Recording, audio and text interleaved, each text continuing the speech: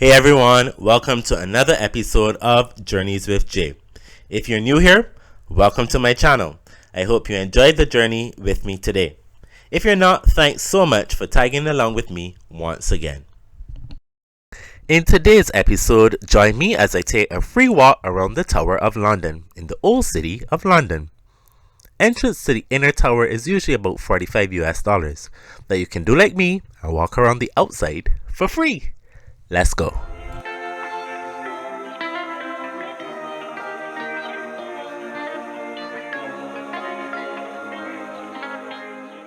We begin this journey leaving Tower Hill Tube Station. This large sundial not only tells the time, but engraved on the ground is information about the history of the City of London. It is a popular photo stop for tourists. Next to the sundial is a plaque that highlights the importance of this area. It states this site formed part of Tower Liberty, an area of land originally kept open for the defense of the Tower of London. In 1687, a charter was granted giving privileged status to those living within its confines. At 10 Trinity Square sits the former Port of London Authority building, once one of the city's tallest buildings when opened in 1922, and since 2017 a hotel and private residences operating as Four Seasons Hotel London. The building's exterior was featured in Netflix The Crown, James Bond Skyfall, and Lara Croft Tomb Raider. In the background we can see the nicknamed Walkie Talkie and Gherkin buildings. Welcome to the Tower of London, one of the most iconic landmarks in the heart of England's capital. Steeped in history, mystery, and with a fair share of drama, this UNESCO World Heritage Site has stood here for nearly 1,000 years. The Tower of London was originally built by William the Conqueror in 1078 as a symbol of Norman power and a defensive fortress. Over the centuries it has served many purposes: an armory, a treasury, a menagerie, the home of the Royal Mint, a public record office, and the home of the crown jewels of England. Its walls hold stories of kings, queens, and prisoners who shaped the course of British history. At the entrance gate, I spotted the cipher of the late Queen Elizabeth II. This has been replaced by the cipher for King Charles III. The Tower of London is probably most famous for its darker history, its use as a prison from 1100 until 1952. Many high-profile prisoners who had fallen into disgrace were held here, such as Elizabeth I before she became queen, Sir Walter Raleigh, Anne Boleyn, Guy Fawkes, and Elizabeth Throckmorton, to name a few, were held within its walls. This led to the phrase "sent to the Tower." Despite its enduring reputation as a place of torture and death, only 7 people were executed within the tower before the World Wars of the 20th century. Executions were more commonly held on the notorious Tower Hill to the north of the castle.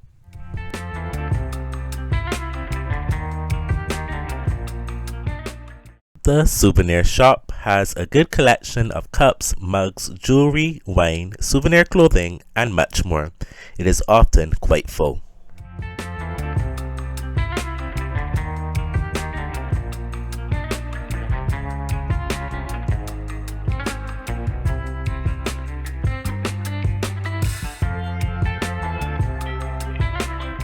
The Queen's Garden. In 2022, the Platinum Jubilee celebrated 70 years of Queen Elizabeth II's reign, the longest in British history. This garden was a tribute to this historic moment, with a design inspired by the Queen's coronation dress. The flowers represent national emblems of the United Kingdom and several Commonwealth countries, as they were on her coronation dress in 1952. This garden shows colored glass flowers representing the dress's emblems rising above the garden. The sculptures glisten as the embroidery beads and pearls once did, and in the colors requested by the Queen herself.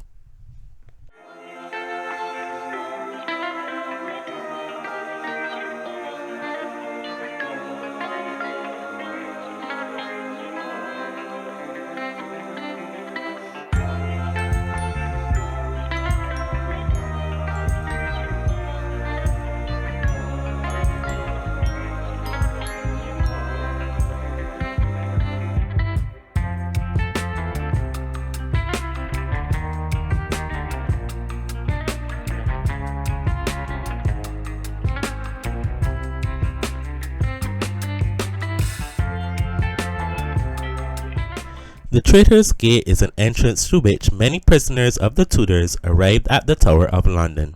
The gate was built by Edward I to provide a watergate entrance to the tower.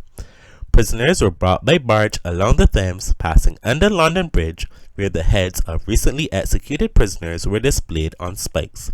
Notable prisoners such as Sir Thomas More entered the tower by Traitor's Gate.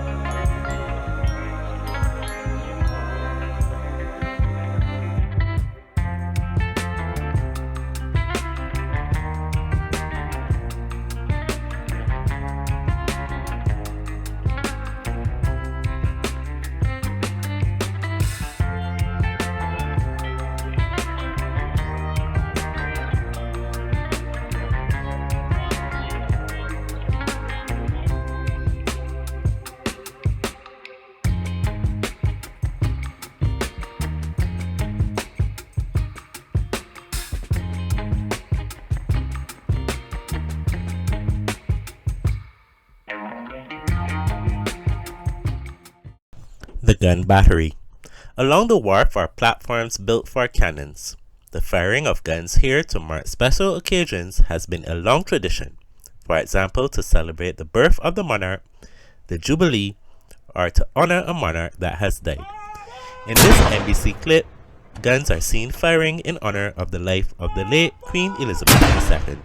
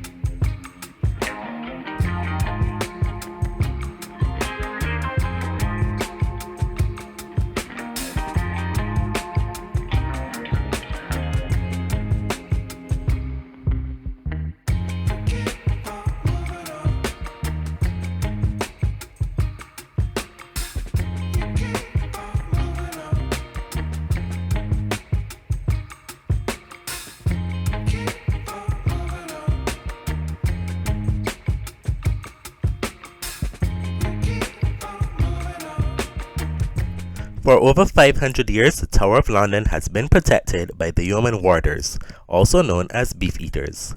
Today, these ceremonial guards don't only keep an eye on things, but also share the tower's stories with visitors. It is thought that the name beef eaters is derived from their former position in the royal bodyguard, which permitted them to eat as much beef as they wanted from the king's table. Today's yeoman warders need to have at least 22 years of outstanding military service. Their famous red uniform is worn on important state occasions such as the monarch's birthday.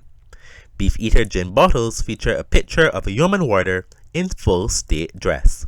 Today, the more durable, everyday, dark blue uniform, which was introduced in the 19th century, is worn. As a thank you, every yeoman warder is sent a bottle of gin on his or her birthday. The yeoman warder tours are included as part of your Tower of London admission ticket.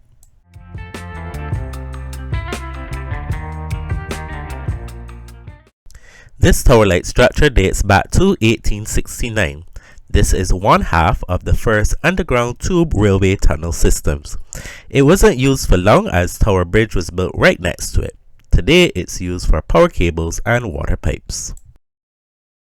The Royal Menagerie contains a large collection of paintings, newspapers, and other documents about animals and their care at the tower.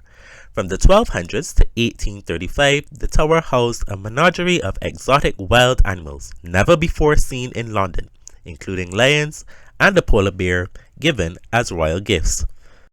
In 1235, Henry III was delighted to be presented with 3 leopards, probably lions but referred to then as leopards in the heraldry on the king's shield, by the Holy Roman Emperor Frederick II. These inspired the king to start a zoo at the Tower of London. Over time, the collection of animals grew. The lions were joined by a polar bear in 1252 and an African elephant in 1255, sent by the King of France. Londoners flocked to see the novel sight. By 1622, the collection had grown to include eagles, pumas, a tiger, and a jackal, as well as more lions and leopards. For most of the tower's menagerie's history, exotic animals were very rare in England because only monarchs and the elite could afford to keep them. From the 1700s, many more exotic animals arrived in London as a direct result of Britain's expanding military and trading empire across the globe. When it closed, many of the tower animals were moved to the zoological gardens in Regent's Park, today's London Zoo. In 2010, Historic Royal Places commissioned sculptures to commemorate the animals held here. These include a family of lions, a polar bear, an elephant, and a baboon troop.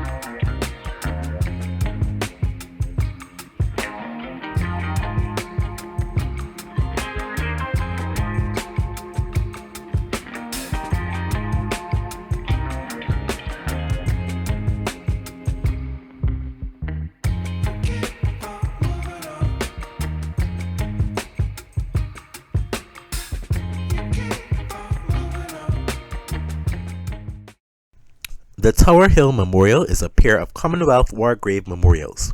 The memorials, one for the First World War and one for the Second, commemorate civilian, merchant seafarers, and fishermen who were killed as a result of enemy action and have no known graves. Merchant shipping losses in the Second World War were over 4,700 ships and some 32,000 lives. The memorial takes the design of a sunken garden, the walls of which are clad with bronze panels with the names of the missing. Between the panels are relief sculptures representing the 7 seas. The memorial was unveiled by Queen Elizabeth II in November 1955, after which relatives of those named on it were invited to lay flowers.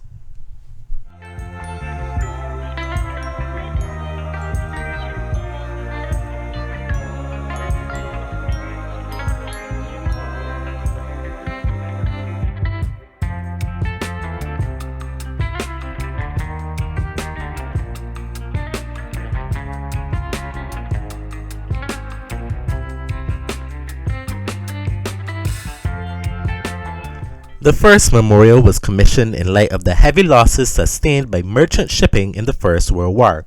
More than 17,000 people died and some 3,300 British and Empire-registered commercial vessels were sunk as a result of enemy action. The memorial is a vaulted corridor reminiscent of a Doric temple. The walls are clad with bronze panels which bear the names of the missing.